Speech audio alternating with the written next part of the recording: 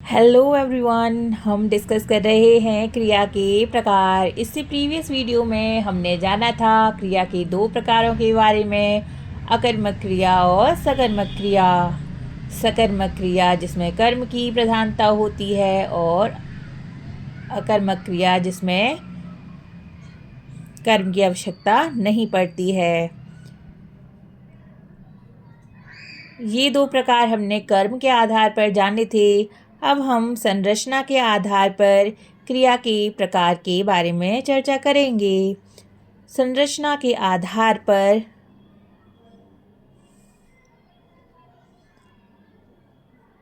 क्रियाएं 5 प्रकार की होती हैं। सहायक क्रिया, संयुक्त क्रिया, अनुकरणात्मक क्रिया, प्रेरणार्थक क्रिया और पूर्वकालिक क्रिया।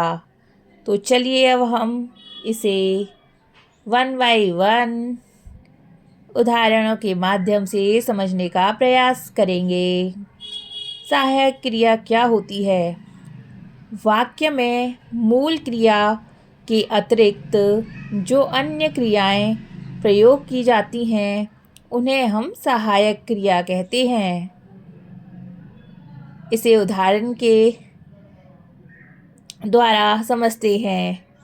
जैसे कि वाक्य है, मैंने पत्र पढ़ लिया है। दूसरा वाक्य है,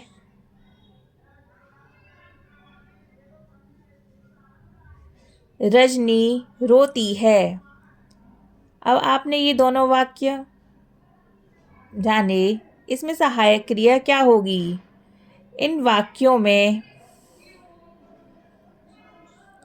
पढ़ क्रिया के साथ लिया है तथा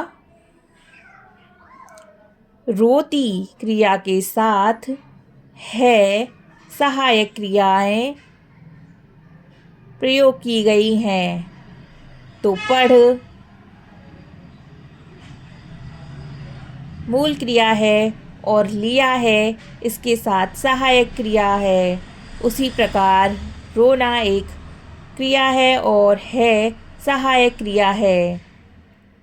पहली क्रिया मुख्य क्रिया है और दूसरी सहायक क्रिया है। तो हमने जाना सहायक क्रिया के बारे में। वाक्य में मूल क्रिया के अतिरिक्त जो अन्य क्रियाएं प्रयोग होती हैं वही तो होती हैं सहायक क्रिया। और सहायक क्रिया वाक्य में दो प्रकार से कार्य करती है। कैसे? क्रिया के अर्थ में विशेषताएं लाती है और दूसरा क्रिया का काल बताती है। अब काल किसे कहते हैं? काल कितने प्रकार के होते हैं? इसे हम डिस्कस करेंगे अपने नेक्स्ट वीडियो में। तो चलिए अब हम जानते हैं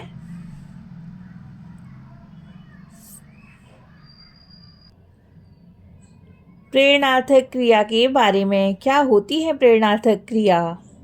जहाँ कर्ता स्वयं कार्य न करके किसी अन्य को कार्य करने की प्रेरणा देता है, उसी को हम प्रेरणार्थक क्रिया कहते हैं। क्या आपको कभी अपने जीवन में किसी से प्रेरणा मिली है काम करने की? अगर हाँ तो कमेंट बॉक्स में टाइप कर ज़रूर बताएं। अब इसे हम उदाहरण के माध्यम से समझते हैं। जैसे कि वाक्य है, ठेकेदार मजदूरों से मकान बनवाता है। उसी प्रकार दूसरा वाक्य है, रानी नौकर से कपड़े धुलवाती है। तो उपयुक्त वाक्यों में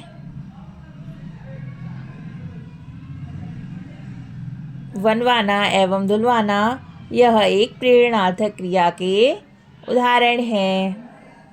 अब हम जानेंगे अनुकरणात्मक क्रिया के बारे में। वे क्रियाएं ध्वनि के अनुकरण के आधार पर बनाई जाती हैं।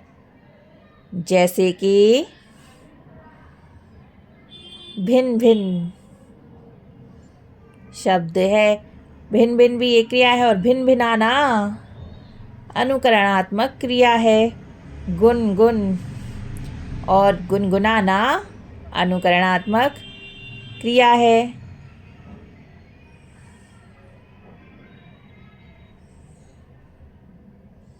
क्या आप इसका एक वाक्य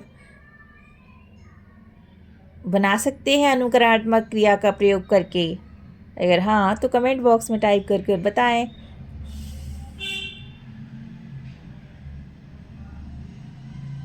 एक और उदाहरण लें, जैसे खटखट। इसकी अनुकरणात्मक क्रिया होगी खटखटाना।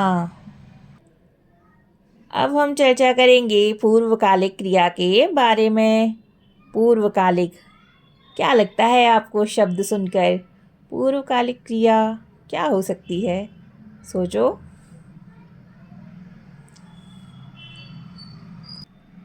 मुख्य क्रिया से पहले आने वाली क्रिया पूर्वकालिक क्रिया कहलाती है। जैसे उदाहरण है, वह पढ़कर खेलेगा।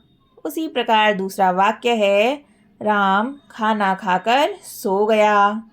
इन वाक्यों में पढ़कर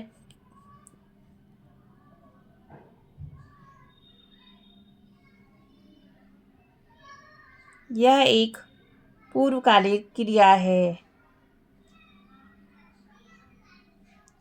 जैसे कि वाक्यों में सो गया और खेलेगा, ये तो दो मुख्य क्रियाएं हैं और इनसे पहले जो भी क्रियाएं हो रही हैं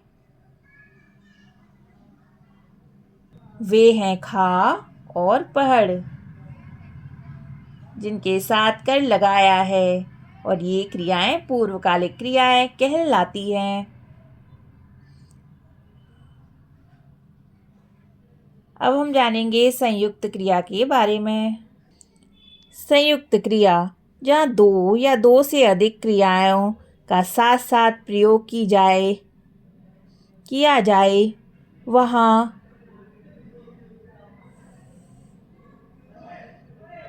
वह संयुक्त क्रिया कहलाती है। जैसे कि वाक्य है, मैंने पत्र लिख डाला है। उसी प्रकार दूसरा वाक्य है, बच्चों ने काम कर दिया है। इन दोनों वाक्यों में लिख डाला है और कर दिया है, यह दो क्रियाएं एक साथ प्रयोग की गई हैं, इसलिए यह संयुक्त क्रिया का उदाहरण है। तो आपने समझ ही लिया है कि संयुक्त क्रिया उसे कहते हैं जिसमें मुख्य क्रिया के साथ कोई अन्य क्रिया प्रयुक्त होती है।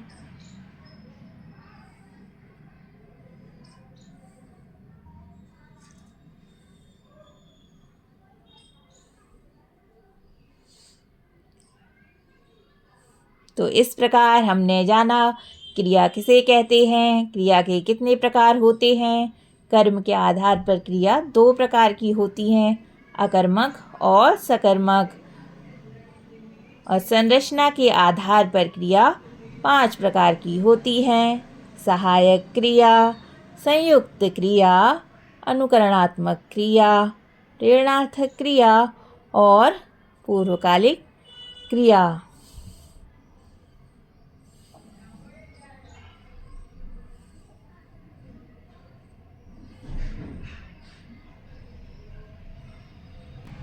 इसके अलावा हमने यह भी जाना था कि धातु किसे कहते हैं, बताओ। हाँ, क्रिया के मूल रूप को धातु कहते हैं। और धातु कितने प्रकार के होते हैं? धातु 3 प्रकार के होते हैं। कौन कौन से? जी हाँ, सामान्य धातु, व्युत्पन्न धातु और नाम धातु।